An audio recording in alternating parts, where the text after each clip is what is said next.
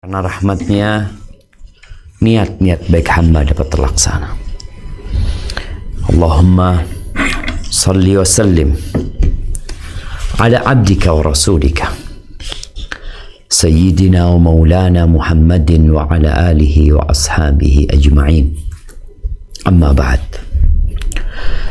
Jamaah rahimakumullah, kembali kita berjumpa untuk mengkaji tafsir surah Al-Qiyamah,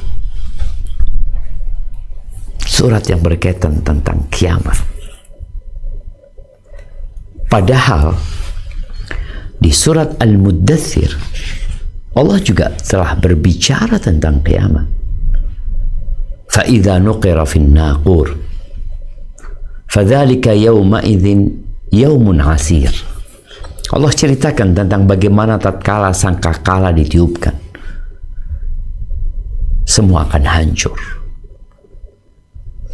semua akan sirna, rata dengan tanah, lalu mereka akan dibangkitkan kembali. Di pertengahan surat juga cerita tentang kiamat. Di penutup surat Al-Muddathir Allah menyebutkan tentang kondisi orang-orang yang tidak beriman. Allah mengatakan kalla bal la yakhafuna al-akhirah. Mereka nggak takut dengan akhirat. Mereka mau masuk surga tanpa beramal. Mereka berpikir bahwa bersenang-senang itu bisa dilakukan tanpa berlelah-lelah. Akal siapa yang bisa menerima? Otak mana yang dapat mencerna bahwa kesenangan dan kelezatan diraih tanpa berlelah-lelah? Di mana? Ajma'atil uqala min kulli ummah. Ibnul Qayyim rahimahullahu ta'ala menyebutkan sebuah kesepakatan dari setiap manusia yang ada di muka bumi ini, apapun agamanya, mereka bersepakat annan na'ima la yudraku bin na'im, bahwa kenikmatan tidak dapat diraih dengan kenikmatan. Nggak bisa. Engkau mau sukses, engkau harus berjuang. Engkau mau istirahat, engkau harus capek. Gimana ceritanya ada orang ngomong, saya mau istirahat. Istirahat dari apa antum? Dari tadi nggak ngapa-ngapain. Maka akan dicela orang tersebut. Tapi apabila ada orang yang bekerja, berkeringat, lelah, lalu dia mengatakan, saya mau istirahat. Oh, tafadhol, silahkan. Bapak capek kelihatannya. Tapi kalau orang beristirahat tanpa ada kelelahan dan kepayahan yang dirasakan oleh dia, itu nggak ada ceritanya. Kenikmatan tidak dapat diraih dengan kenikmatan. Maka diperlukan perjuangan untuk menempuh hidup yang abadi. Abadi, imma di surga, imma di neraka. Maka di akhir surat Al-Muddathir ya, Allah menyebutkan bahwasanya yang akan menyelamatkan manusia adalah ketakwaan kepada Allah Azza wa Jalla. Tinggal mau nggak aku bertakwa? Maukah manusia menjalankan perintah dan menjauhi larangan? Karena sejatinya engkau tidak diciptakan sia-sia. Engkau bukan seperti kerbau atau kambing atau sapi, tapi engkau manusia yang diberi akal sehat yang dengannya bisa berpikir dan mencerna. Allah berikan semua fasilitas yang dapat digunakan untuk meneliti dan mencari tahu. Tapi apakah kau mau atau tidak? Ya, semua bebas memilih. Faman syaa falyu'min wa man syaa falyakfur. Yang mau beriman silahkan, yang mau kafir ya silahkan. Allah nggak butuh dengan ibadah kita. Baik, barakallahu fiik. Kita akan masuk ke awal surat Al-Qiyamah. Dan surat Qiyamah ini surat yang diturunkan di Mekah, karena memang bagaimana beliau berusaha untuk mendakwain orang-orang Mekah agar mereka beriman kepada Allah dan hari akhir, yang dengan beriman itu mereka akan termotivasi untuk beramal. Nah, silahkan dibaca.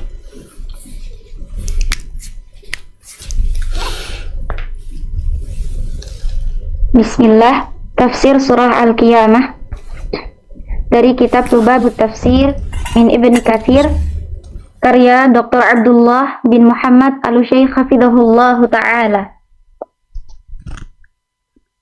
Al-Qiyamah, hari kiamat, surah Makkiyah. Bismillahirrahmanirrahim.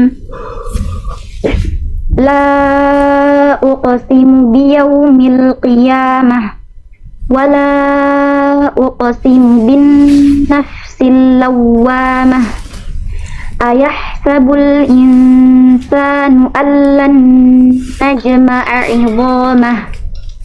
Bala qadirina 'ala an tusawwiya bananah.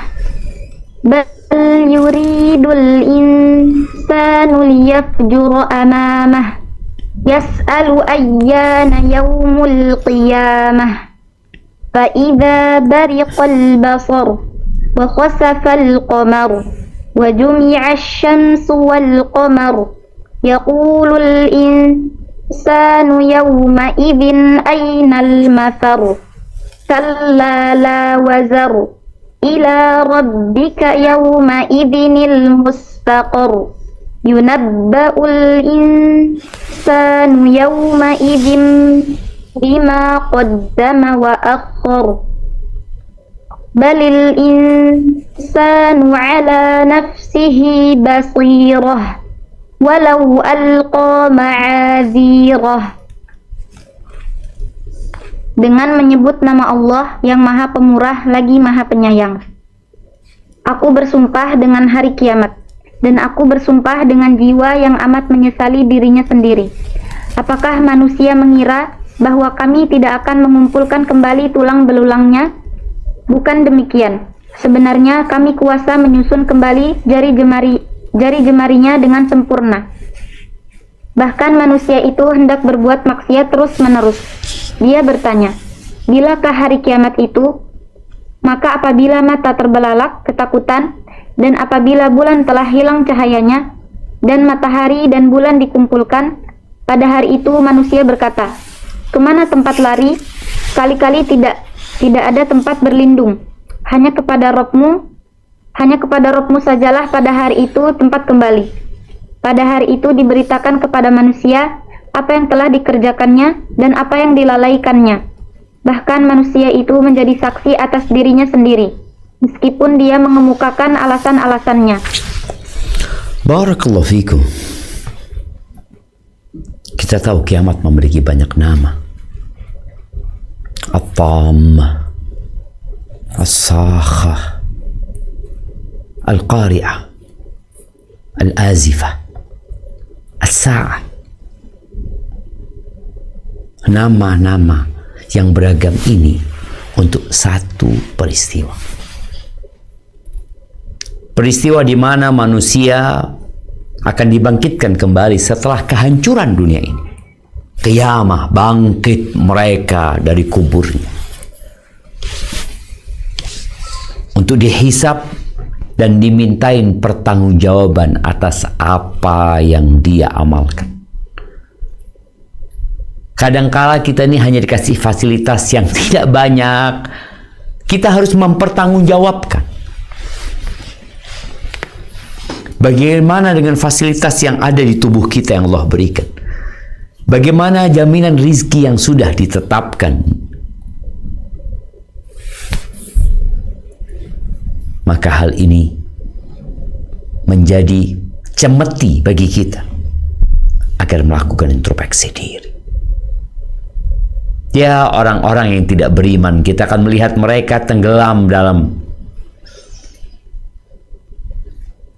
kumbang-kumbang kemaksiatan kepada Tuhan, tidak mentauhidkan Allah Azza wa Jalla, apalagi mau mengamalkan amalan yang lainnya. Maka Allah membuat sebuah sumpah untuk menunjukkan kepada keagungan sesuatu. Nah, lanjutkan.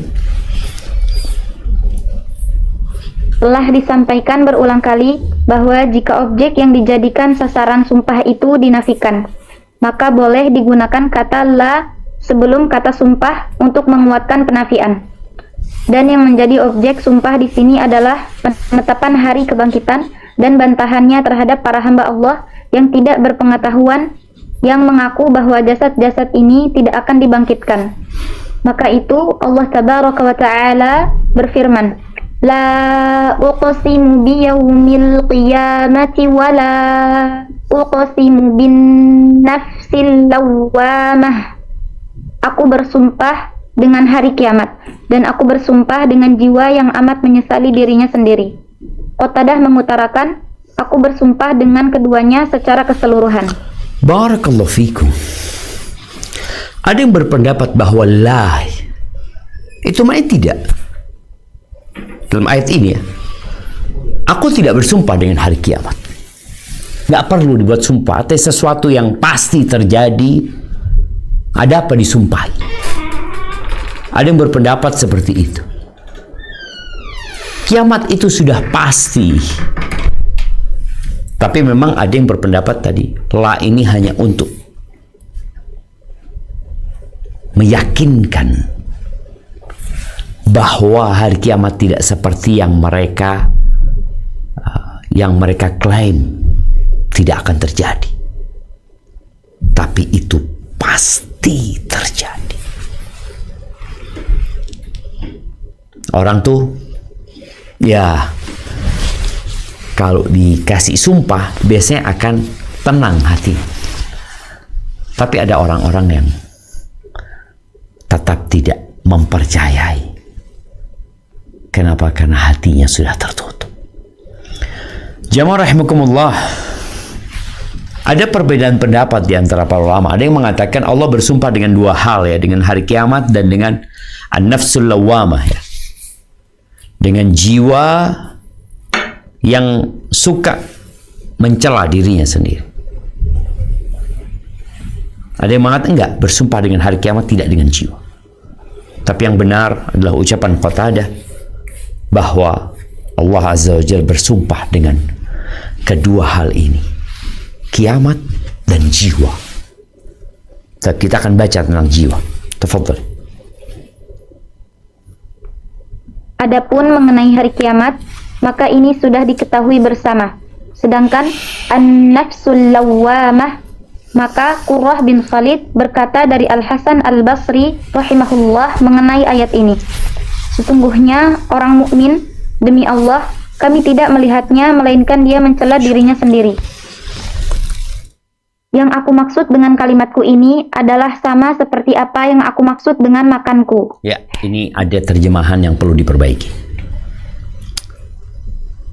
Yang aku maksud dengan kalimatku ini adalah sama yang betul. Ucapan Hasan Al-Basri, sesungguhnya orang mukmin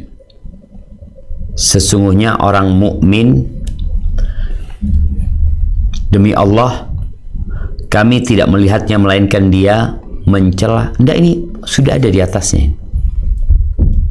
Nah, sesungguhnya orang mukmin demi Allah kami tidak melihatnya melainkan ia mencela dirinya sendiri.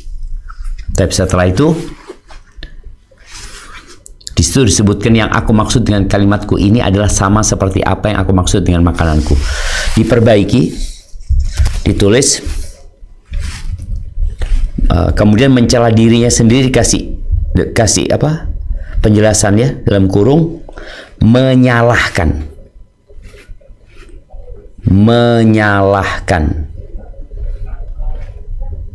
ya, ini menyalahkan dirinya sendiri. Dia akan bertanya, apa yang aku maksud dengan kata-kataku tadi? Apa yang aku maksud dengan kata-kataku tadi? Ini tadi dia menyalahkan dirinya, dia sedang introspeksi diri. Apa yang aku maksud dengan kata-kataku tadi? Kemudian, apa yang aku inginkan dari makanan yang kumakan tadi? Apa yang aku inginkan dari makanan yang aku makan tadi? Yang ketiga, apa yang aku kehendaki dengan bisikan hatiku? apa yang aku kehendaki dengan bisikan hatiku.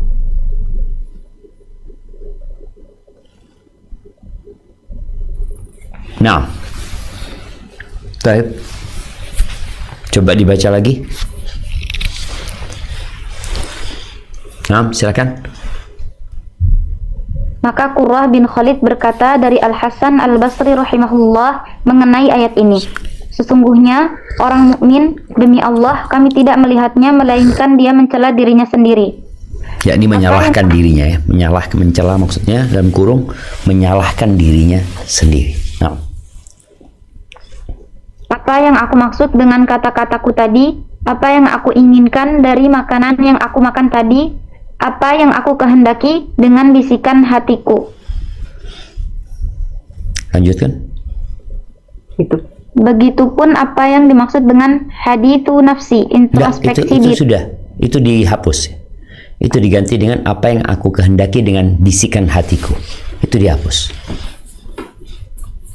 Dan sesungguhnya orang jahat akan berjalan tanpa mencela dirinya sendiri. Lanjutkan. Juwaibir mengatakan, kami pernah mendapat kabar dari Al-Hasan bahwa dia pernah berkata mengenai firman-Nya, wala uqsimu bin nafsil lawwamah, dan aku bersumpah dengan jiwa yang amat menyesal. Dia mengatakan, tidak ada seorang pun dari penghuni langit dan bumi ini melainkan akan mencela dirinya sendiri pada hari kiamat kelak. Ibnu Jarir berkata, yang lebih dekat dengan lahiriah ayat bahwa jiwa mencela pemiliknya atas kebaikan dan keburukan, serta menyesali segala hal yang telah berlalu. Barakallahu fiik ya. Ahibati fillah, an-nafas, jiwa ini di dalam Al-Quran Al-Azim disifati dengan 3 sifat. Di surat Yusuf Allah sebutkan, innan nafsa la'ammaratun bisu. Ammarah, sesungguhnya jiwa itu suka memerintah kepada kejahatan. Itu jiwa, nafsu. Kemudian di surat Al-Qiyamah ini disebutkan an-nafsul lawwamah. Yang ketiga yang disebutkan di surat Al-Fajr, Allah Azza wa Jalla mengatakan, ya ayyatuhan nafsul mutmainnah. Jadi ada ammarah, ada lawamah, ada mutmainnah. 3 sifat ini untuk satu, yaitu untuk jiwa. Jadi kondisi jiwa manusia itu berubah-ubah.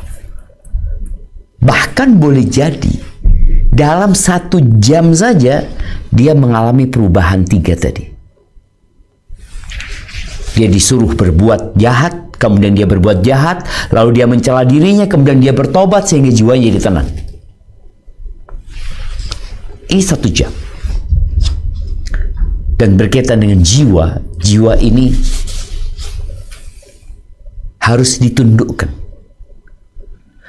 Karena antara hati dengan Allah Azza wa Jalla ada jiwa nih, ada nafsu yang harus ditundukkan oleh manusia.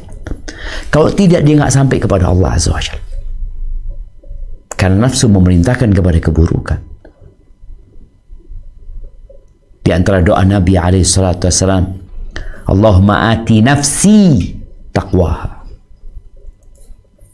Ya Allah, berikan kepada jiwaku ketakwaan.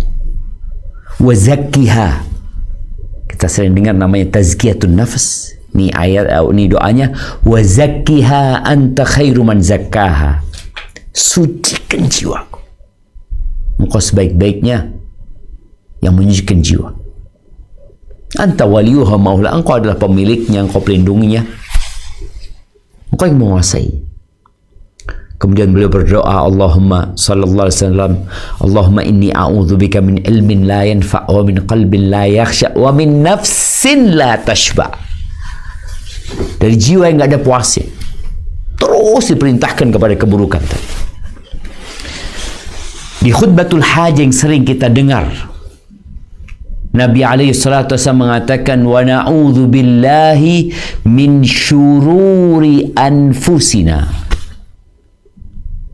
Kami berlindung kepada Allah dari kejahatan jiwa kami. Ada efek samping buruknya jiwa. Dia punya sifat yang nggak baik. Maka Allah Azza wa Jalla mengatakan, fa amma man athara al-hayata ad-dunya فإذا جاءت الطامة الكبرى يوم يتذكر الإنسان ما سعى وبرزت الجحيم لمن يرى فأما من طغى وآثر الحياة الدنيا فإن الجحيم هي المأوى وأما من خاف مقام ربه ونهى النفس عن الهوى. Adapun orang yang takut dengan persidangan di hadapan Tuhannya, kemudian dia mencegah nafsunya dari keinginan-keinginannya.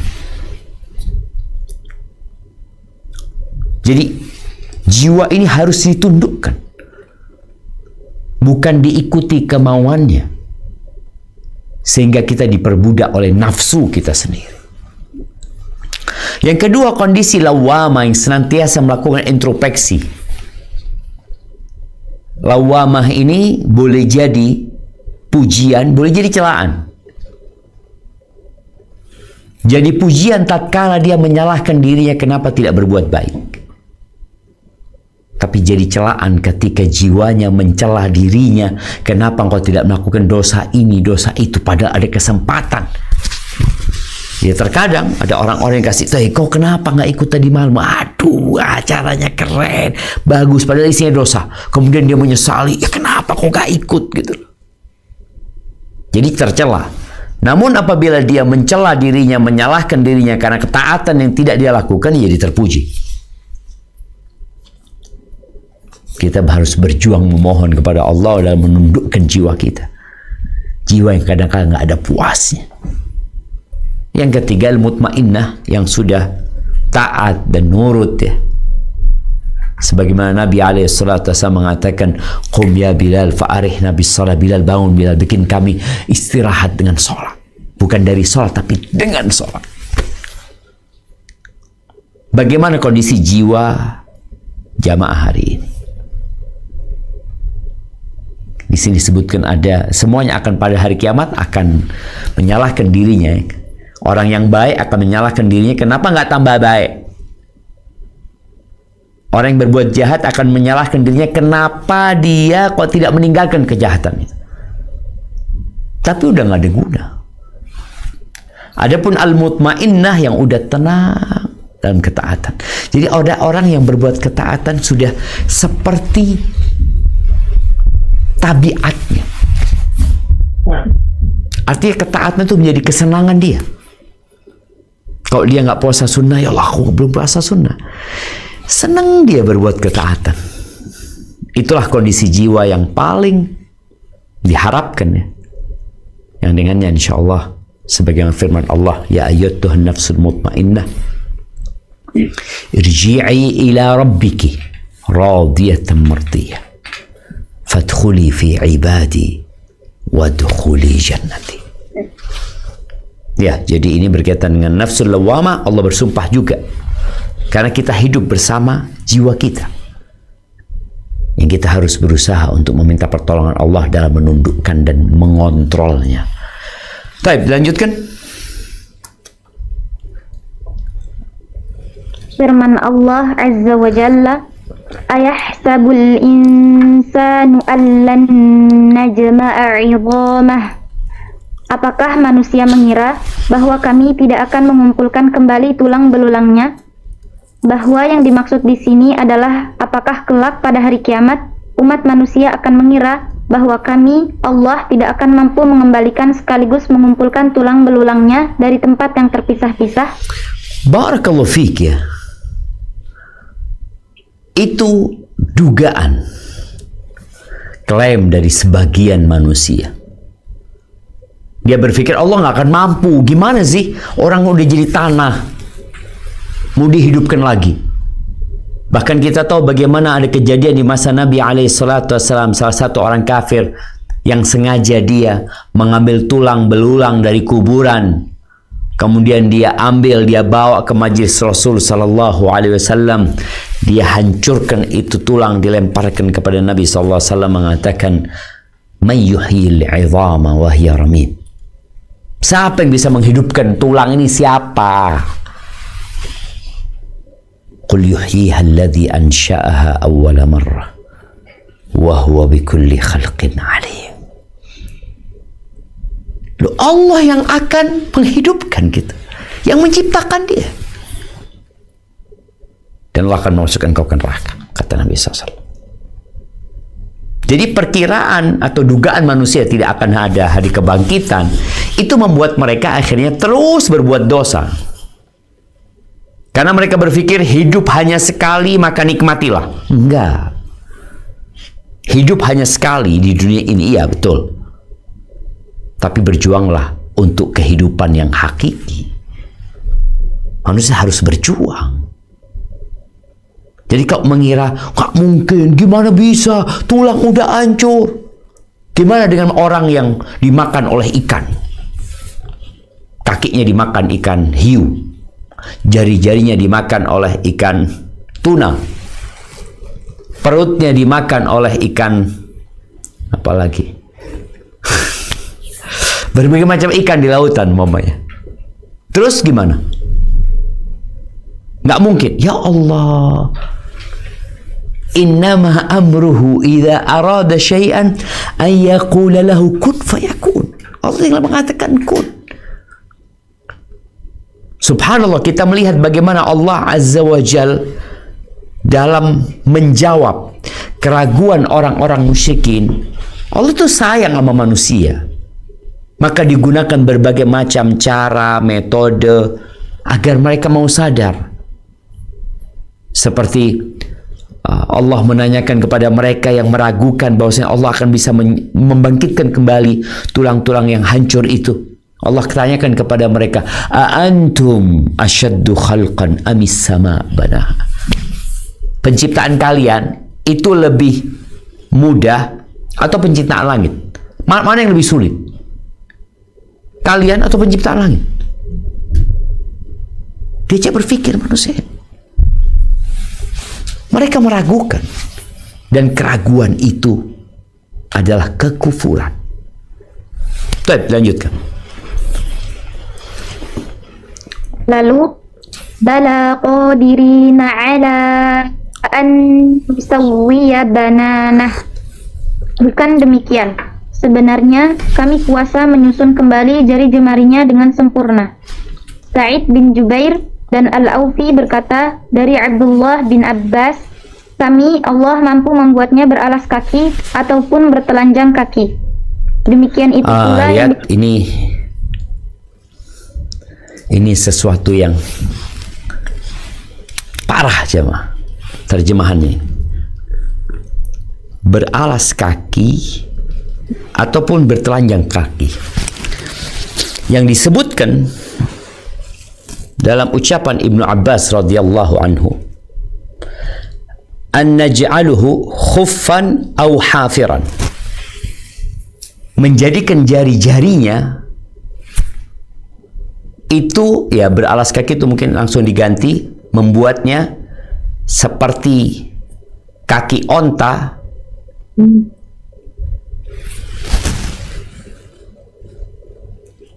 atau kaki sapi.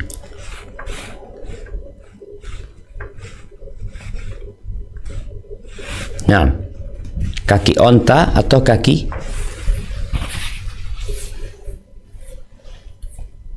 seperti kaki onta, atau bukan kaki onta atau kaki kuda. Khuf itu adalah telapak kaki hewan berkuku lunak ya.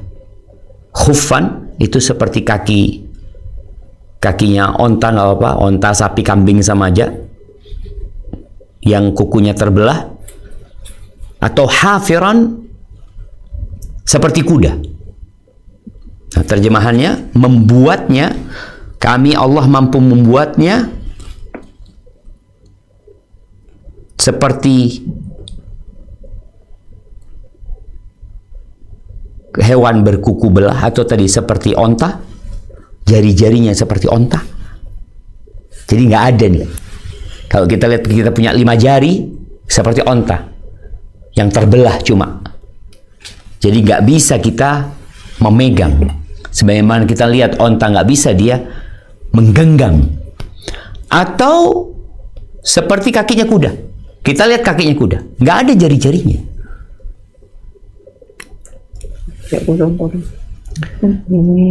Ya, kami Allah mampu membuatnya seperti kaki sapi, nggak apa-apa, atau seperti kuda.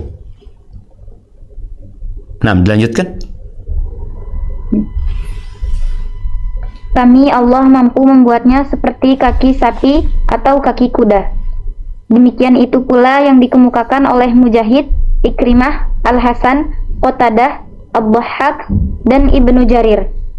Ibnu Jarir mengarahkannya bahwa jika Allah menghendaki, dia akan melakukan hal tersebut di dunia. Lanjutkan. Lahiriah ayat menunjukkan bahwa firman Allah Tabaraka wa Ta'ala ini qadirina adalah hal keadaan dari firman-Nya Najma'a, artinya apakah manusia menyangka bahwa kami tidak akan mampu mengumpulkan tulang belulangnya? Sudah pasti, niscaya kami mengumpulkannya sekaligus mampu untuk menyusun jari jemarinya. Barakallahu fikum. Iya. Allah kalau di sini katakan menyusun jari jemarinya, atau tadi seperti yang diucapkan oleh Ibnu Abbas, jarinya nggak ada.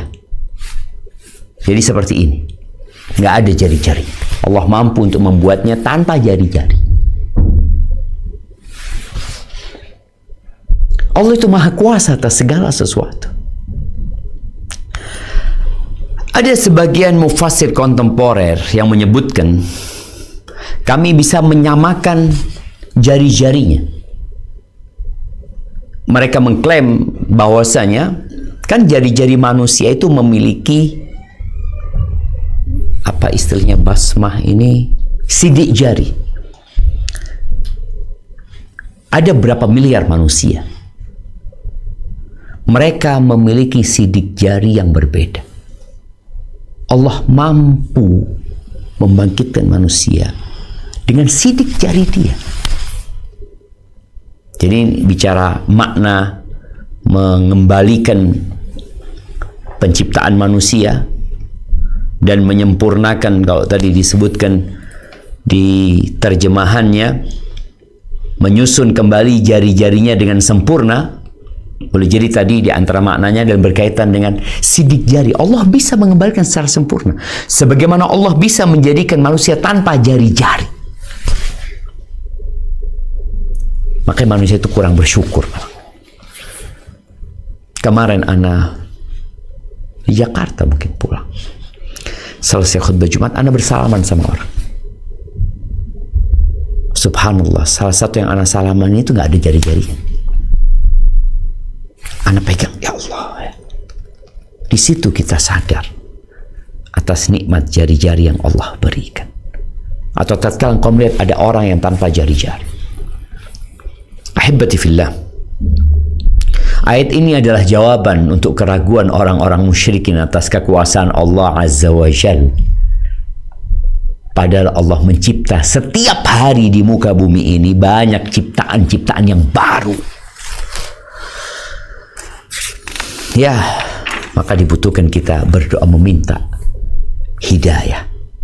Ihdinas siratal mustaqim.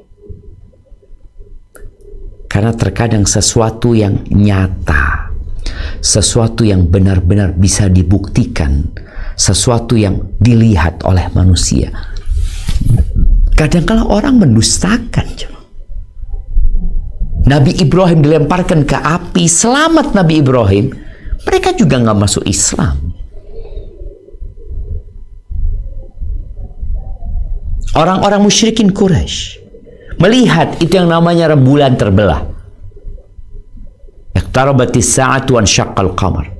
Beriman mereka? Enggak juga. Mereka mengatakan, oh mata kami disihir. Bayangin.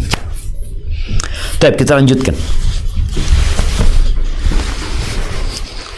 Dengan kata lain, kekuasaan kami mampu melakukan amal tadi pengumpulan terhadapnya.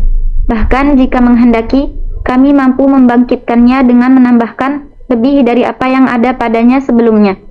Serta kami akan menjadikan ujung jemarinya sama rata. Itulah makna ungkapan Ibnu Qutaibah dan Az-Zujaj.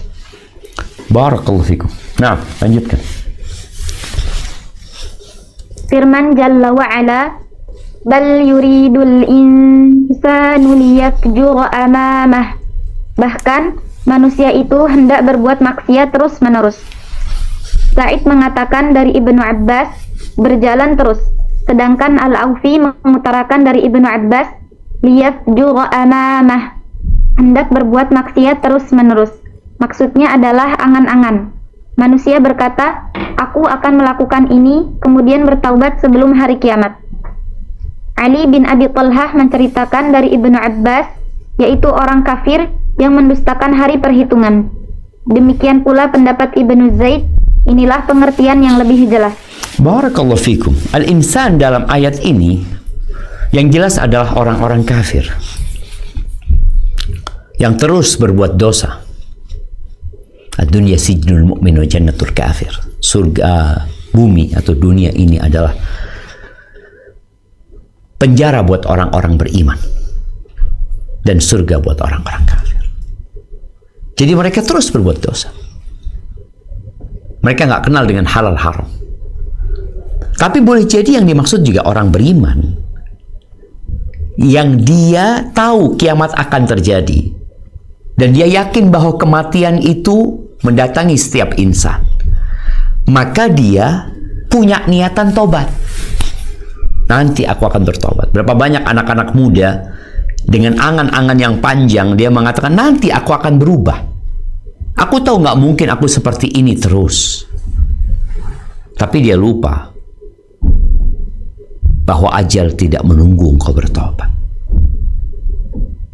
Berapa banyak anak-anak kecil yang digondong oleh orang tuanya ke kuburan.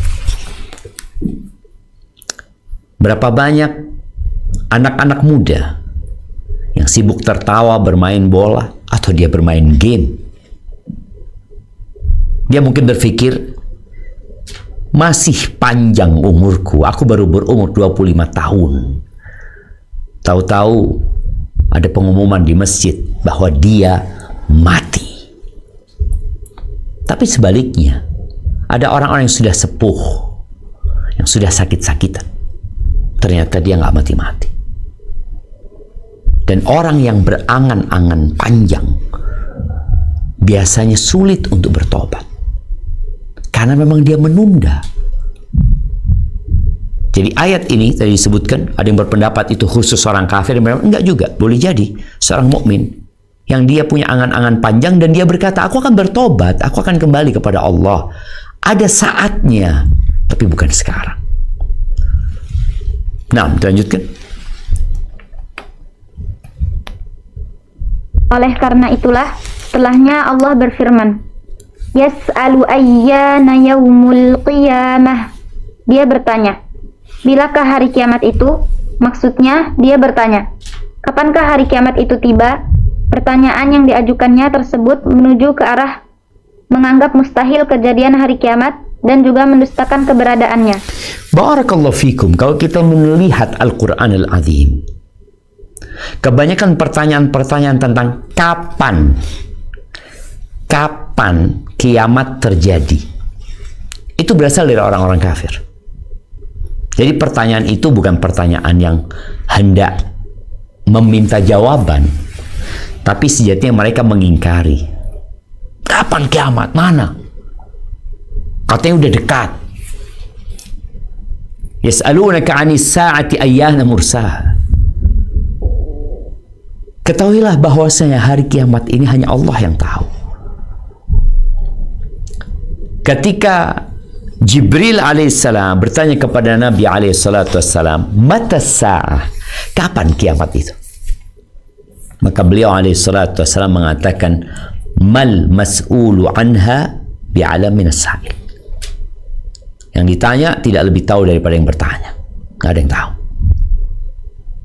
Ketika ada seorang sahabat juga bertanya kepada Nabi SAW, mata sa'ah, kapan kiamat itu terjadi?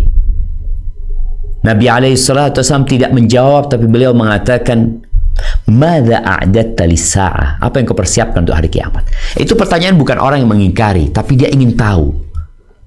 Adapun pertanyaan orang-orang musyrikin, rata-rata adalah pengingkaran mereka. Taib, kapan terjadi? Allah sebutkan. Tafadhali. Di sini Allah berfirman, "Fa'idza bariqal basar", maka apabila mata terbelalak. Abu Amr bin Al-Ala membaca bariqah dengan harokat kasrah pada huruf ra. Apa yang difirmankan olehnya ini seperti halnya firmannya, la yartaddu ilaihim tarfuhum, sedang mata mereka tidak berkedip. Quran Surah Ibrahim ayat 43. Maksudnya adalah, tapi mereka melihat lantaran terkejut, begini dan begitu. Mata mereka pun tidak tertuju pada sesuatu pun karena rasa takut yang sangat luar biasa. Ahli qiraat lainnya membaca baraqah dengan menggunakan harokat fathah pada huruf ra, dan kata tersebut mempunyai pengertian yang sangat dekat dengan arti yang pertama. Maksudnya, sungguh semua mata terbelalak pada hari kiamat, kelak dengan penuh rasa kekhusyuan, bingung, keheranan, dan merasa hina karena rasa takut yang mencekam, serta karena kedahsyatan berbagai hal yang mereka saksikan. Allahu Akbar. Kita tuh kalau melihat sesuatu yang menakutkan, mengherankan, nggak dalam bayangan kita, apa yang akan terjadi? Mata akan menatap, bingung, tidak tahu apa yang harus diperbuat, penuh dengan kehinaan, ketundukan. Ternyata apa yang dikatakan benar-benar terjadi. Kiamat ketika terjadi, begitu kondisi mata manusia, penglihatan manusia. Mereka akan terbelalak, melotot, bingung. Baik, kemudian firman Allah tabaraka wa ta'ala, wa khasafal qamar, dan apabila bulan telah hilang cahayanya, yakni tidak lagi bercahaya. Wa jumi'asy syamsu wal qamar, sedang matahari dan bulan dikumpulkan. Mujahid mengatakan, yakni menjadi satu bulan. Dalam menafsirkan ayat di atas, Ibnu Zaid membaca ayat-ayat berikut ini. Idza syamsu kuwirat wa idzan nujumu kadarat, apabila matahari digulung dan apabila bintang-bintang berjatuhan. Quran Surat At-Takwir ayat 1-2. Barakallahu fikum. Mentari dan rembulan ini sepanjang sejarah penciptaan tidak pernah dikumpulkan. Mereka berada di rotasinya masing-masing. Tapi akan ada hari dikumpulkan mentari dan rembulan. Rembulan hilang cahayanya. Itu yang akan terjadi nanti. Kita melihat mentari salah satu ciptaan Allah yang menjadi penopang kehidupan manusia. Sehingga ada yang menyembah matahari. Ada pula yang menyembah rembulan. Ada yang menyembah planet-planet yang ada. Kelak benda-benda luar angkasa itu akan berubah. Dikumpulkannya rembulan dan mentari di dalam neraka di beberapa hadis Nabi SAW. Boleh jadi karena memang dua benda itu menjadi bahan bakar neraka.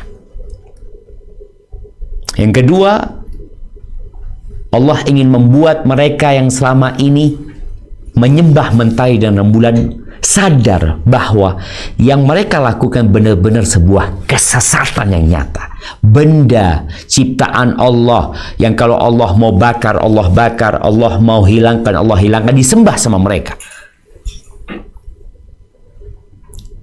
akan terjadi nanti. Nah, lanjutkan. Firman Allah Subhanahu wa taala, yaqulul insanu yawma idzin ainal mafar. Pada hari itu manusia berkata, kemana tempat lari? Jika anak cucu Adam telah menyaksikan peristiwa yang mengerikan itu pada hari kiamat kelak, maka mereka hendak melarikan diri dan berkata, kemana tempat berlari? Yakni, adakah tempat berlindung? Allah berfirman, kalla la wazar ila rabbika yawma idzinil mustaqar. Sekali-kali tidak ada tempat berlindung. Hanya kepada Rabbmu sajalah pada hari itu tempat kembali. Ibnu Mas'ud, Ibnu Abbas, Sa'id bin Jubair, dan yang lain dari ulama salaf mengatakan, yakni tidak ada keselamatan. Dan ayat tersebut sama sebagaimana firman-Nya, malakum min malja'i yawma idzin wa malakum min nakir. Kamu tidak akan memperoleh tempat berlindung pada hari itu dan tidak pula dapat mengingkari. Quran Surah Asy-Syura ayat 47. Yakni, kalian tidak akan mendapatkan tempat untuk saling mengingkari. Demikian pula di sini Allah Azza wa Jalla berfirman, la wazar, tidak ada tempat berlindung. Yakni, kalian tidak akan bisa mendapatkan tempat untuk berlindung padanya. Oleh karena itu, dia berfirman, ila rabbika yawma idzinil mustaqar. Hanya kepada Rabbmu sajalah pada hari itu tempat kembali, yakni tempat kembali. Barakallahu fikum. Di sini ada ucapan kalian tidak akan mendapatkan tempat untuk saling mengingkari. Boleh jadi maknanya yang lebih tepat adalah laisa lakum makan tatanakkaruna fihi. Kalian nggak punya tempat untuk menyembunyikan diri kalian. Nggak punya. Jadi ketika kiamat terjadi, mau kemana engkau? Apabila ada peristiwa yang menakutkan di muka bumi ini, tsunami, gempa, manusia sudah punya tempat untuk bersembunyi. Ada yang bikin bunker-bunker di dalam tanah. Ada juga, kalau kita lihatnya di gedung-gedung tinggi itu, udah dikasih tahu apabila terjadi sesuatu, jangan pakai lift, gunakan tangga darurat. Kemudian juga ada tempat titik kumpul yang sudah dibuat. Semua itu dibuat dalam rangka menyelamatkan diri. Tapi di akhirat nggak ada. Engkau mau lari kemana ketika kiamat terjadi? Engkau mau lari ke gunung. Gunungnya Allah hancurkan. Engkau mau lari ke tempat yang datar. Buminya diguncangkan. Mau kemana? Nggak ada tempat menyelamatkan diri, nggak ada tempat bersembunyi. Semuanya akan dikumpulkan oleh Allah Azza wa Jalla. Berapa banyak pelaku kejahatan di Indonesia atau di luar negeri sana yang mungkin sampai hari ini nggak ketahuan keberadaannya. Ya wajar. Kondisi buminya masih banyak tempat bersembunyi. Bisa masuk ke dalam gua, bisa mungkin mengganti identitasnya.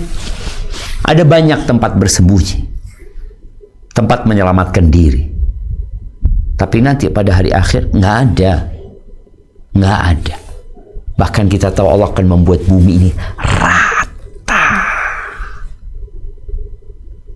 Nggak ada orang yang dapat menyembunyikan dirinya. Apalagi kondisinya mereka ketakutan, melotot matanya, shock dengan apa yang terjadi. Nggak bisa kemana-mana orang itu. Seperti orang tatkala ada singa yang muncul, dia lagi jalan, tahu-tahu muncul singa. Apa yang terjadi sama dia? Dia melotot, diam aja dia. Nggak bisa kemana-mana. Lanjutkan. Kemudian Dia Jalla wa'ala berfirman, Yunabba'ul insanu yawma idzin bima qaddama wa akhkhar. Pada hari itu diberitakan kepada manusia apa yang telah dikerjakannya dan apa yang dilalaikannya. Maksudnya adalah Allah memberitahukan seluruh amal perbuatannya, baik yang lama maupun yang baru, yang pertama maupun yang terakhir, kecil maupun besar, demikian seterusnya. Allahu Akbar jemaah.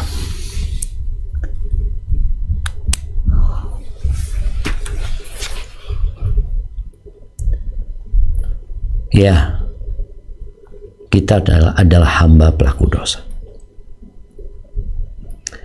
Kita adalah hamba yang lemah. Berapa banyak keutamaan yang kita abaikan. Dan berapa banyak dosa-dosa yang kita remehkan. Kelak nanti manusia akan dikasih tahu semuanya. Ma yalfidhu min qawlin illa ladaihi raqibun atid. Tidak ada yang terucap apapun melainkan di situ ada malaikat yang mengawasi dan mencatat.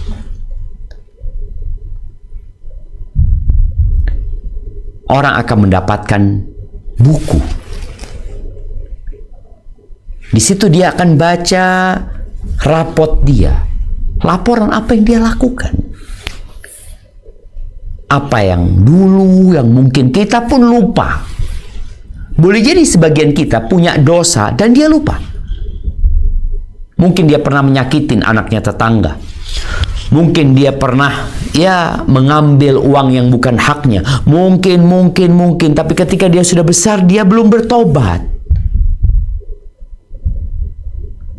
Namun ternyata pada hari kiamat, apa ini?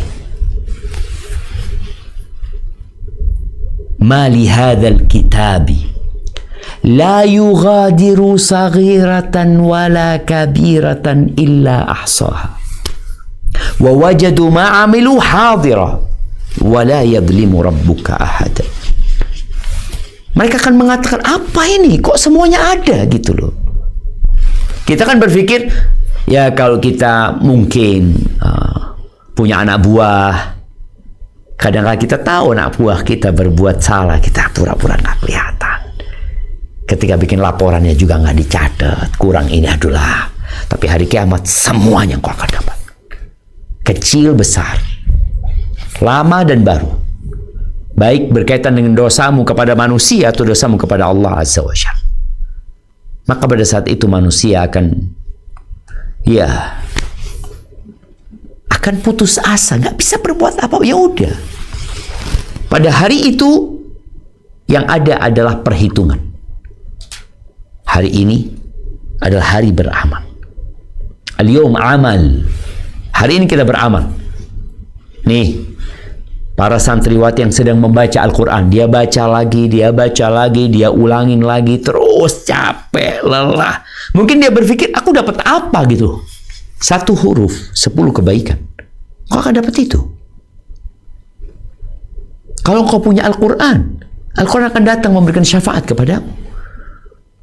Tapi di dunia kayaknya nggak dapat apa-apa gitu. Apa sih bedanya aku sama orang-orang itu? Aku lihat orang itu hidupnya enak, kaya, bebas. Aku capek, lelah, murojaah lagi. Engkau sedang mempersiapkan diri untuk akhiratmu. Nggak apa-apa kekayaan itu, nggak dilarang, asalkan ada ketakwaan kepada Allah Azza wa Jalla. Nah, lanjutkan. Dia berfirman, Balil insanu ala nafsihi basiratun walau alqa ma'adzirah. Bahkan manusia itu menjadi saksi atas dirinya sendiri, meskipun dia mengemukakan alasan-alasannya. Maksudnya, dia menjadi saksi bagi diri sendiri dengan mengetahui apa yang dia lakukan, meskipun telah memberi alasan dan penolakan. Sebagaimana firman Allah Azza wa Jalla, Iqra' kitabaka kafa binafsikal yawma 'alaika hasiba. Bacalah kitabmu, cukuplah dirimu sendiri pada waktu ini sebagai penghisap terhadap dirimu. Quran Surat Al-Isra ayat 14. Ali bin Abi Thalhah mengatakan dari Ibnu Abbas ihwal ayat, balil insanu ala nafsihi basirah. Bahkan manusia itu menjadi saksi atas dirinya sendiri. Dia mengatakan, yakni pendengaran, pandangan, kedua tangan, kedua kaki, dan juga seluruh anggota tubuhnya. Barakallahu fikum. Ana tahu siapa Ana. Ana tahu dengan apa yang Ana lakukan. Ya, tapi Ana berusaha untuk kelihatan baik, kelihatan ya prima. Tapi setiap orang tahu dengan diri. Kita nggak perlu saksi orang lain. Tapi terkadang ada orang-orang yang memang ingin cuci tangan dari dosa-dosanya dia. Enggak, aku nggak melakukan itu, ini, itu. Dan nanti ketika di persidangan, ketika Allah menyidang hambanya ini, hamba ini akan mengatakan, la arda, aku nggak ridho kesaksian kecuali dari diriku sendiri. Aku nggak mau orang lain. Kan kalau kita lihat di muka bumi ini, persidangan-persidangan yang dilakukan untuk membuktikan seorang itu salah atau tidak, biasanya dibutuhkan dua alat bukti. Boleh jadi kesaksian dari orang lain, boleh jadi bukti benda atau apa yang digunakan untuk melakukan kesalahan. Nanti manusia nggak mau. Oke, engkau nggak mau, kata Allah Azza wa Jalla. Ya sudah. La arda syahidan illa min nafsi. Aku tidak mau kesaksian kecuali dari diriku sendiri. Ya udah, dirimu yang akan bersaksi. Engkau tahu tapi engkau nggak mau mengaku. Maka dibungkam mulutnya. Yang akan berbicara adalah tangannya, kakinya, kulitnya.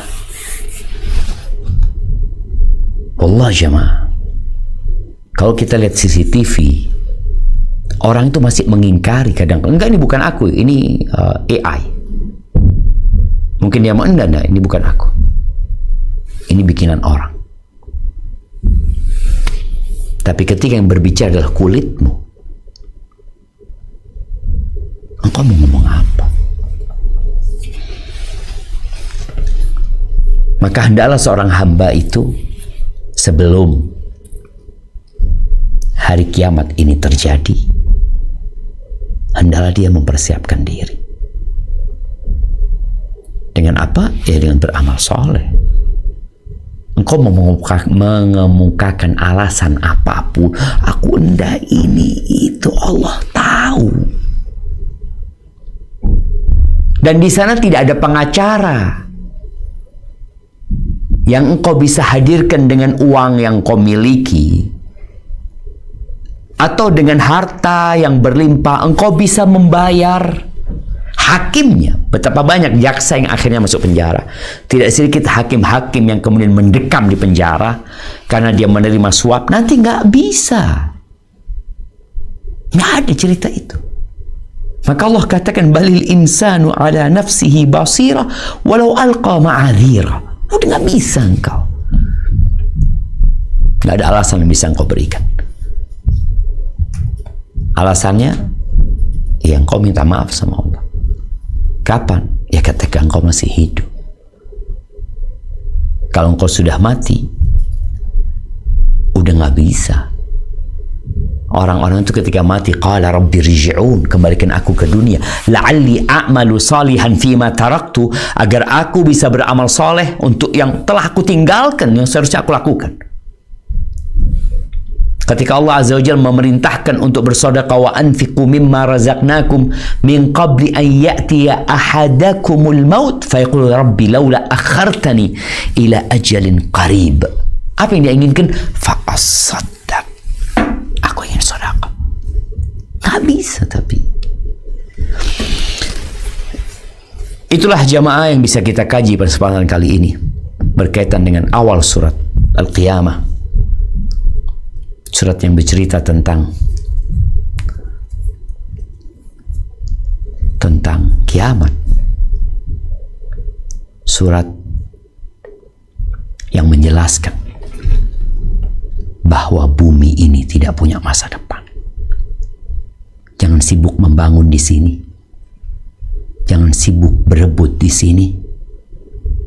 Karena semua yang kau bangun, semua yang kau kuasai dan kau dapatkan akan rata sama tanah.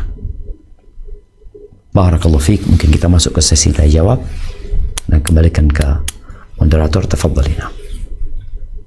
Nah Ustaz, jazakallahu khairan Ustaz. Ana bacakan pertanyaan yang masuk Ustaz. Assalamualaikum warahmatullahi wabarakatuh. Waalaikumsalam warahmatullahi wabarakatuh. Ustaz Hayakumullah, izin bertanya. Qadarullah, beberapa bulan belakangan ini berat badan ana naik Ustaz. Alhamdulillah, baguslah. Masya Allah. Masya Allah. Dari masih gadis sampai menikah, dan ketika hamil anak gemuk. Biasanya setelah melahirkan akan kurus lagi karena capek dan kesibukan mengurus anak dan lainnya Ustaz. Namun qadarullah saat ini anak berat badan naik dan suami cemberut dan tidak mengajak anak bicara Ustadz, menatap dengan tatapan tidak suka, sesekali malah buang muka Ustadz, sehingga akhirnya anak sempat nanya kenapa ke suami, dan akhirnya suami juga menyampaikan bahwa beliau nggak nyangka ada di titik ini Ustadz. Terus anak nanya maksudnya seperti apa, dan beliau menyampaikan di tahap nggak suka ngelihat anak karena gemuk, begitu Ustadz disampaikan. Nah, Secara belak-belakan Ustadz. ya. Anak juga sudah ikhtiar untuk olahraga, namun tetap saja kalimat tidak suka itu diulang terus-menerus Ustadz, mengatakan ilfil gitu Ustadz. Ya. Mohon nasihatnya Ustadz. Jazakumullah khairan Ustadz. Barakallahu fiik. Ketika Nabi alaihi salatu wasallam ditanya, khairun nisa, siapa sih wanita yang terbaik? Ternyata yang pertama beliau jabarkan untuk para sahabat, allati idza nadharta ilaiha sarratka, yang apabila engkau memandang kepadanya dia menyenangkan hati. Ada laki-laki yang suka dengan wanita gemuk, maka jangan jadi wanita kurus. Karena ini kembali kepada suaminya. Ada, karena nggak bisa dipungkiri ya, orang laki itu punya selera yang berbeda-beda. Jadi kalau suamimu sukanya dengan engkau isi, yang engkau makan yang benar, makan yang banyak gitu loh, dan olahraga tentunya. Karena anak ingat, anak punya kawan dulu di Medina, Masya Allah, dari Kashmir, yang anak pernah ceritakan mungkin di sini. Dia sukanya dengan wanita gemuk. Itu selera dia. Tapi kalau ternyata suamimu nggak suka dengan yang gemuk, berarti engkau harus menjadi wanita terbaik dengan menyenangkan hati suami. Apa yang perlu dilakukan? Engkau duduk sama suami. Bang, oke, aku tahu aku salah dengan kondisi tubuhku yang tidak menyenangkan hatimu. Karena tujuannya menikah salah satunya ya ingin menikmatin hidup bersama. Tapi kalau ternyata pasangannya tidak menyenangkan, ya sulit mereka akan mendapatkan keharmonisan. Maka bikin kesepakatan sama suami, aku minta kau bantu aku agar aku bisa kurus seperti yang kau inginkan. Sehingga proses itu nanti suami menemani. Artinya kan sekarang suami mengungkapkan lagi, aku nggak suka dengan tubuhmu sekarang, aku nggak suka, terus-terusan kan, sehingga menjadikan sang istri pun jadi nggak nyaman gitu loh. Tapi engkau duduk sama suami, bang, aku akan bikin program sekarang, insya Allah 1 bulan turun sekian. Maka suami mengikuti. Artinya perasaan tidak suka dia itu semoga tambah hari, tambah hilang, tambah hilang, tambah hilang. Ketika anti mengatakan, bang, alhamdulillah bang, aku sekarang turun 1 kilo. Nanti pekan depan turun lagi 2 kilo. Pekan depan turun sekian, turun sekian, turun sekian. Dan niatkan lillahi ta'ala. Artinya ketika engkau berolahraga, ketika engkau mengatur pola hidupmu dengan makanan yang diatur niatnya menyenangkan hati suami sebagai bentuk pengabdian kepada suami, kau dapat pahala. Maka niatkan itu. Tapi perlu engkau ngomong sama suami agar suami juga bersabar dalam proses ini. Karena memang kan nggak mungkin orang ini tahu-tahu sehari turun 10 kilo, nggak mungkin. Kecuali ada yang dipotong gitu ya. Jadi yang harus dilakukan tadi, ngomong sama suami. Aku minta maaf karena aku telah membuatmu jadi nggak suka dengan tubuhku ini, tapi aku akan berusaha, mohon bantuannya dan doanya. Ini programku, mohon arahannya. Ajak suami untuk memberikan arahan, masukan. Apa yang harus aku lakukan? Sehingga dengan cara itu, suami menanti dengan sabar proses yang sedang dilakukan oleh istrinya sambil terus berdoa. Dan ini nasihat buat seluruh perempuan semua wanita. Engkau tahu dengan selera suamimu, maka jadilah wanita yang kau dipandang menyenangkan hati. Boleh jadi karena akhlaknya yang mulia, boleh jadi karena fisiknya juga yang dia jaga, yang dia rawat. Karena Anda lihat ada perempuan-perempuan berumur 50 tahun mungkin 55 tahun. Kalau dibandingkan dengan yang umur 30 tahun, kadang-kala yang umur 55 ini lebih seger daripada yang umur 30 tahun. Daripada yang umur 35 tahun. Kenapa? Karena memang dia jaga.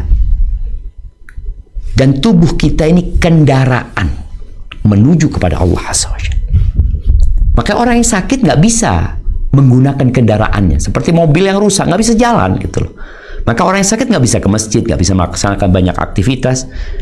Maka tolong engkau lakukan itu, sampaikan pada suaminya, dan banyak berdoa.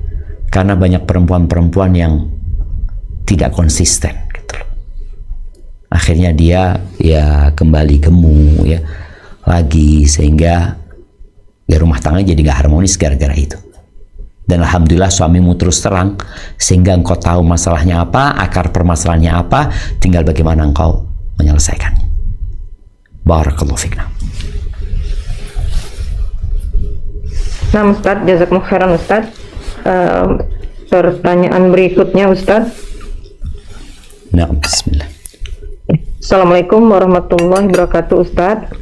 Waalaikumsalam warahmatullahi wabarakatuh. Ustaz, apakah benar Ustaz ada hadis yang mengatakan ketika di suatu tempat turun hujan maka hari kiamat akan diundurkan 3 tahun Ustaz? Demikian Ustaz. Jazakumullah khairan Ustaz. Wallahu a'lam Anda nggak tahu Anda nggak tahu dengan hadis itu. Tapi yang jelas kiamat itu tidak akan terjadi sampai tidak ada orang baik di muka bumi. Nggak ada lagi yang mengatakan Allah, Allah Nggak ada lagi yang tawaf di rumah Allah Azza wa Jalla. Tidak lagi yang berangkat haji wala umrah. Sehingga nanti Ka'bah itu akan dihancurkan satu persatu, rata sama tanah. Nggak ada lagi sudah. Itu baru akan terjadi kiamat nantinya setelah itu. Tapi kalau yang berkaitan dengan turunnya hujan, Anda nggak tahu. Barakallahu fikna. Nah Ustaz, jazakumullah khairan Ustaz. Pertanyaan berikutnya. Assalamualaikum warahmatullahi wabarakatuh Ustaz. Waalaikumsalam warahmatullahi wabarakatuh. Izin bertanya Ustaz, dalam ayat 14 disebutkan manusia menjadi saksi atas dirinya sendiri. Bagaimana cara kita memahami persaksian diri Ustaz? Apakah itu berupa kesadaran batin atau anggota tubuh yang berbicara di hadapan Allah Ustaz? Demikian Ustaz. Jazakumullah khairan Ustaz. Barakallahu fikum. Naam ahibati fillah. Kalau bicara manusia menjadi saksi atas dirinya sendiri, ya pada hakikatnya manusia itu tahu dengan apa yang dia lakukan. Jadi kan ada yang namanya evaluasi diri ya. Dia tahu aku itu kayak gini, aku mamanya hari ini Seorang bisa mengatakan, ya aku tadi nggak sholat duha, aku tadi nonton TikTok, aku tadi ngelihat Instagram, aku tadi sibuk dengan WhatsAppku ya. Atau dia bisa, itu dirinya, dengan dirinya sendiri. Nah, tapi pada hari kiamat, tadi udah disebutkan ya, bahwasanya boleh jadi yang dimaksud dengan balil insanu ala nafsihi basirah, di mana pendengarannya akan memberikan kesaksian, matanya juga akan memberikan kesaksian, kedua tangannya, kedua kakinya, dan anggota tubuh yang lainnya. Itu yang akan terjadi pada hari kiamat nantinya. Dan banyak orang sibuk dengan aibnya orang lain. Biasanya orang yang menyibukkan diri dengan aibnya orang lain, dia sejatinya banyak aibnya, tapi dia sedang berusaha untuk menutupi dirinya dengan menyebutkan aibnya orang lain. Orang tuh tahu dengan aibnya, tapi tadi ya seperti itu manusia. Jadi seperti itu yang dimaksud dengan ayat yang tadi kita baca. Barakallahu fikum.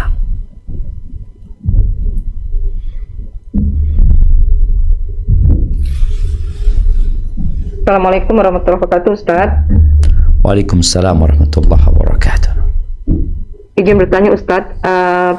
Dikatakan bahwa laki-laki akan diberikan bidadari di surga kelak, Ustaz. Apakah istrinya juga masuk surga, dipertemukan dan tidak cemburu, Ustaz? Dan apakah perempuan yang juga dapat semisalnya kaum laki-laki, Ustaz? Demikian, Ustaz. Jazakallahu khairan, Ustaz.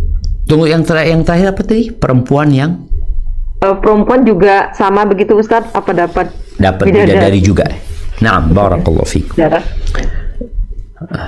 Ahibati fillah, bicara Allah akan memberikan bidadari kepada para laki-laki.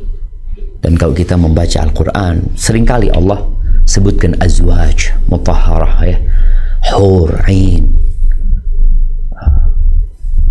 yang memang itu dicintai oleh para laki-laki. Tapi di dunia ada keterbatasan, sehingga Allah berikan kepada mereka janji, dan Allah tidak akan mengingkari janjinya. Terus bagaimana dengan para wanita? Kalau di dunia, wanita dikasih cemburu. Walaupun dia adalah istri Nabi, Aisyah radhiyallahu ta'ala anha cemburu kepada istri-istri Nabi yang lainnya, yang terkadang membuatnya akhirnya jadi tidak nyaman hidup dengan kecemburuan dia. Terus bagaimana kalau nanti di surga? Apakah masih ada kecemburuan itu? Nggak ada kecemburuan itu. Di surga udah nggak ada hasad, iri, dengki, nggak ada. Allah Azza wa Jalla mengatakan, wa naza'na ma fi sudurihim min ghil. Allah udah cabut pohon kedengkian, iri nggak ada. Karena apabila ada iri dan dengki itu, maka nggak ada nikmatnya hidup. Karena surga Allah nggak satu tingkatan, bertingkat-tingkat di sana. Apabila seorang wanita masih ada iri, tadi cemburu, ya dia nggak akan menikmatin hidup. Suaminya akan punya mungkin 70 bidadari, ada yang punya 50 bidadari, ada yang sesuai dengan amalannya nantinya. Nggak ada. Jadi Allah sudah berikan kepada mereka keridhaan dengan ketentuan Allah Azza wa Jal. Allah berikan kepada mereka kesenangan yang dengannya mereka nggak akan berpikir dengan yang ada di orang lain. Setiap orang akan merasa dialah yang paling senang. Jadi nggak ada kecemburuan tadi.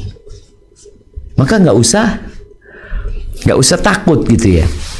Karena juga ada pertanyaan-pertanyaan ya, ada orang yang dikasih tahu sama sohibnya. Lagi ngobrol nih, laki-laki ngobrol, ngasih tahu sama sohib, engkau tahu nanti engkau di surga akan dipertemukan sama istrimu lagi. Kata dia, sama istriku lagi. Karena dia istrinya azab buat dia, bala istrinya gitu. Pertemuan sama dia, ya Allah, nggak ada enaknya hidup kata dia. Padahal kalau sudah masuk surga nggak ada yang buruk di sana. Maka keburukan-keburukan itu imma dibersihkan di alam kubur atau dibersihkan di padang mahsyar, atau dibersihkan dengan jatuh ke neraka, baru masuk ke surga. Jadi yang masuk surga bersih, nggak ada keburukannya. Begitu pula seorang wanita kadang-kala yang dia benci sama suaminya, tapi ya udahlah dia bersabar menghadapi suami yang zalim. Bahkan dia mengatakan, aku nggak kepingin ketemu suamiku lagi di surga nanti. Ya kalau suami masuk neraka nggak akan ketemu. Tapi kalau suami masuk surga, setelah proses umpamanya, ya dia akan bersih dan orang akan suka sama dia. Dan bagaimana dengan para wanita?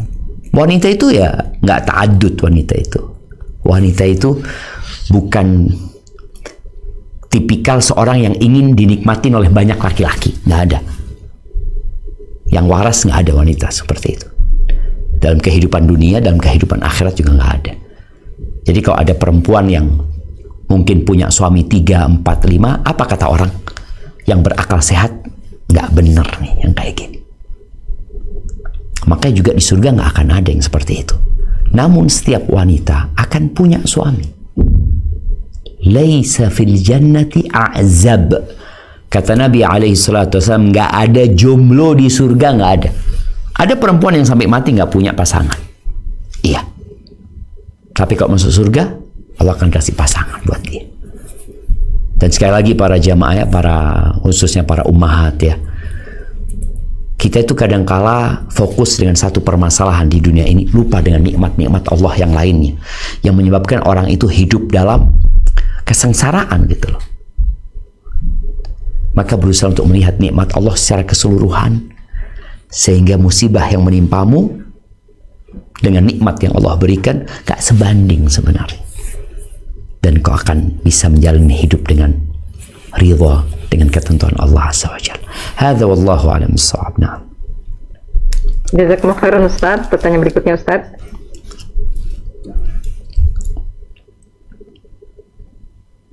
Assalamualaikum warahmatullahi wabarakatuh Ustaz. Waalaikumsalam warahmatullahi wabarakatuh.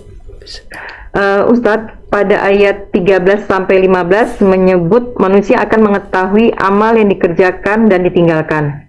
Apakah mungkin manusia lupa pada saat pada amalnya sendiri Ustaz, sehingga Allah harus mengingatkan kembali Ustaz? Demikian Ustaz. Jazakumullah khairan Ustaz. Iya. Kalau bicara lupa, ya kita lupa. Manusia itu pelupa. Ya saat ini kalau engkau ditanya, waktu engkau pernah melakukan dosa-dosa itu, Allahu a'lam, ya lupa. Engkau ingat dulu pernah beli di kantin terus nggak bayar? Kadang-kadang lupa. Engkau ingat dulu seharusnya sholat duha, engkau nggak sholat duha. Engkau ingat dulu pernah ngomong seperti ini. Manusia lupa, karena dia memang pelupa. Makanya dicatat. Kenapa ada perintah hutang piutang untuk dicatat? Ya. Ada banyak hal yang suruh catat. Karena memang manusia itu pelupa. Sehingga dengan adanya pencatatan itu, maka dia nggak akan bisa mengingkari. Ini loh catatanmu. Engkau butuh saksi. Atau enggak, aku nggak melakukan. Butuh saksi, ini dirimu sendiri memberikan kesaksian. Kalau engkau melakukan dosa itu, engkau meninggalkan kewajiban itu, umpamanya. Jadi kalau bicara lupa, manusia pelupa. Makanya Allah catat semuanya dan Allah kasih tahu dia. Dan ketika dia minta saksi, akan didatangkan saksi-saksi yang dengannya dia tidak akan bisa mengingkari dirinya, mengingkari dosa-dosa dia atau yang pernah dia lakukan ketika dia hidup di dunia. Hadza wallahu a'lam bissawab. Nah. Nah Ustaz, jazakumullah khairan Ustaz. Pertanyaan berikutnya. Assalamualaikum warahmatullahi wabarakatuh Ustaz. Waalaikumsalam warahmatullahi wabarakatuh. Ustadz, bagaimana menyeimbangkan rasa takut mati Ustadz dengan harapan rahmat Allah Ustadz? Demikian Ustadz. Jazakumullah khairan Ustadz. Barakallahu fikum. Ya, kalau bicara takut mati, jemaah, kita itu diperintahkan untuk ingat kematian. Bahkan Nabi SAW mengatakan, "Aktsiru dzikra hadhimil ladzat." Kalian perbanyak mengingat pemutus kelezatan. Ya, orang kalau mati akan terputus semua kelezatan dia. Dia akan meninggalkan keluarganya, akan meninggalkan kesenangan-kesenangannya. Dia akan sendirian berada di tempat yang sunyi, senyap, tanpa ada yang menemani kecuali amalannya. dan rasa takut ketika orang ingat dengan kematian, seharusnya kematian itu mengantarkan kepada dia untuk semangat beribadah. Semangat beribadah. Kemudian mempersegera taubat dan ridha dengan apa yang Allah berikan. Ridha bil qalil. Dia tidak banyak angan-angannya, tapi dia memiliki amal yang banyak. Ketika dia punya uang, dia berpikir gimana ini aku bawa pulang, gimana uang ini aku bawa mati. Ketika dia punya waktu luang, dia akan gunakan dalam ketaatan kepada Allah Azza wa Jalla. Jadi takut dengan kematian hendaklah mengantarkan manusia kepada ketaatan yang bertambah, pertaubatan yang dipercepat, angan-angan yang diperpendek. Bukan berarti dia miskin, enggak. Kita tahu bagaimana para sahabat Nabi, mereka ada yang kaya di antara mereka, dan itu tidak dicela asalkan mereka bertakwa. Jadi ingat matinya hendaklah mengantarkan kepada menambah ketaatan. Tapi kalau orang ingat mati, takut mati gimana ya, aku nanti keluar rumah kalau ketabrak. Mati itu nggak ada urusan dengan ditabrak. Ada orang yang divonis sama dokter, engkau sakit seperti ini, berarti aku mau mati. Nggak ada urusan penyakit dengan kematian. Nggak ada urusan. Mati itu datang karena memang ajalnya sudah ditetapkan. Kalau sebabnya penyakit, iya Ustaz, tapi kan penyakit bisa menjadi sebab, iya. Tapi ada orang yang sakit nggak mati-mati. Kita melihat itu. Dan ada orang yang sehat mati gitu loh. Jangan sampai ketakutanmu dengan kematian ini menyebabkan engkau hidup dalam kesengsaraan dan penderitaan. Was-was. Nanti gimana? Lo nggak ada urusannya mati itu. Anakmu berangkat sekolah naik motor ya, seperti nanti suamimu naik motor, gimana kalau nanti dia ditabrak? Wallah, itu jutaan orang naik motor, yang waktunya ditabrak-tabrak, yang waktunya pulang sampai rumah sehat, ya sehat. Maka berimanlah dengan takdir Allah, yakin bahwa semua sudah ditetapkan. Yang perlu kau lakukan adalah menambah amal soleh, mensegerakan tobat. Jangan terlalu panjang angan-anganmu. Hadza wallahu a'lam bissawab. Assalamualaikum Ustaz. Waalaikumsalam warahmatullahi wabarakatuh. Naam, tafadhali. Semoga Allah menjaga Ustaz dan keluarga dan selalu dalam kebaikan yang banyak. Allahumma amin. Ana boleh bertanya dengan 2 pertanyaan Ustaz? Tafadhali. Pertanyaan pertama mengenai korin yang ada di setiap manusia. Apabila dia telah wafat, apakah korin itu akan ikut bersamanya atau dia akan bergentayangan Ustaz? Yang kedua mengenai ketetapan Allah ya Ustaz ya. Kadang manusia itu dengan hatinya yang dibolak-balik, dia percaya dengan adanya ketetapan Allah, tapi di sisi lain dia selalu berucap pasti ada usaha. Dengan usaha itu Allah akan merubah ketetapannya. Itu bagaimana Ustaz? Syukuran Ustaz. Masya Allah, barakallahu fiik. Berkaitan dengan qarin ya, yang mendampingi manusia. Apakah ketika manusia mati kemudian qarin itu ikut mati? Wallahu alam, nggak ada keterangan yang Anda ketahui tentang hal itu. Kalau bicara gentayangan, ya bukan gentayangan. Kan bahasa gentayangan itu kan seakan-akan ruhnya manusia yang bergentayangan. Anda nggak tahu makna gentayangan yang dimaksud tadi. Tapi yang jelas dia masih hidup, kecuali Allah matikan dia. Dan Allah mematikan bangsa jin itu. Yang tidak mati sampai hari kiamat itu hanya iblis gitu. Yang tidak mati, yang dikasih waktu sampai hari kiamat adalah iblis. Adapun jin, mereka ada waktu matinya sesuai dengan ajal yang Allah tetapkan buat mereka. Adapun pertanyaan yang kedua berkaitan dengan tadi, seorang yakin dengan ketentuan Allah tapi dia selalu berpikir tetap harus ada usaha yang bisa merubah takdir ini dan itu. Ya, sebenarnya iman seseorang dengan takdir Allah Azza wa Jalla itu harus berdampingan dengan iman dia dengan perintah Allah Azza wa Jalla untuk berusaha. Allah Azza wa Jal mengatakan, "Huwallazi ja'ala lakumul arda dhalulan famshu fi manakibiha wa kulu min rizqi." Disuruh kalian cari rezeki gitu loh, cari. Jadi kita beriman bahwa takdir Allah telah ditetapkan. Kita juga beriman bahwasanya ada perintah yang harus dikerjakan. Jadi ada yang harus diyakini, ada yang harus dikerjakan. Maka iman itu adalah keyakinan, pembenaran dengan hati manusia, ucapan dengan lisan, dan perbuatan dengan raga kita.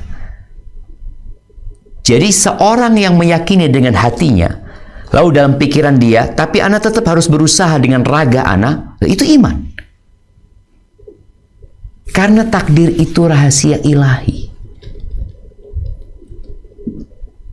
Ketika para sahabat bertanya kepada Nabi SAW, "Aya'lamu Rabbuna ahlal jannati min ahlin nar?" Allah udah tahu nggak siapa di antara kita yang masuk surga dan siapa yang masuk neraka? Kata Nabi SAW, "Nah, Allah tahu." Terus gimana? Buat apa kita beramal? Ya udah, kita serahkan dengan apa yang sudah Allah ketahui. Kata Nabi SAW, "I'malu, i'malu, beramallah kalian." Tugas kalian beramal gitu. Fakullun muyassarun lima khuliqa lahu. Semua akan dimudahkan untuk apa dia diciptakan sesuai dengan ilmu Allah Azza wa Jalla. Tapi tugas manusia adalah beramal gitu. Jadi ketika seorang sedang sakit, berobatlah. Semoga engkau sembuh. Jadi berobat ini termasuk iman. Kemudian ketika orang itu hidupnya susah, miskin ya, dikatakan engkau usahalah gitu loh. Siapa tahu Allah kasih rezeki kepadamu yang lebih, kata dia. Bukan dia mengatakan, oh kayaknya takdirku itu miskin. Lu nggak ada yang tahu sama takdirmu. Ada orang kaya, Allah takdirkan bangkrut, jatuh miskin. Ada. Dan ada orang miskin yang mungkin dia sudah putus asa dengan kehidupan ini, tapi dia terus berusaha, tahu-tahu Allah jadikan dia sukses. Jadi ingat, kita beriman dengan takdir baik dan buruk. Baik dan buruk ya. Karena sebagian orang kalau buruk beriman, kalau baik mengatakan usahaku. Enggak. Engkau sukses juga takdir Allah. Bersyukurlah kepada Allah. Jadi beriman dengan takdir baik dan buruk, kemudian melaksanakan perintah Allah Azza wa Jalla. Apabila ada sesuatu yang tidak menyenangkan yang terjadi, ya katakan qadarullah wa ma syaa fa'al. Tapi tetap kita beriman bahwa kita diperintahkan berusaha, kita diperintahkan berdoa. Hasilnya bukan urusan kita, urusan Allah Azza wa Jalla. Sepertinya itu menjadi pertanyaan penutup pertemuan kita hari ini. Yang benar dari Allah Azza wa Jal, yang salah dari diri anak pribadi, Allah dan Rasul terbebaskan dari kesalahan itu. Allahumma anfa'na bima 'allamtana wa 'allimna ma yanfa'una wa zidna ilman. Subhanakallahumma wa bihamdika asyhadu an la ilaha illa anta astaghfiruka wa atubu ilaik. Sampai berjumpa kembali. Wassalamualaikum warahmatullahi wabarakatuh.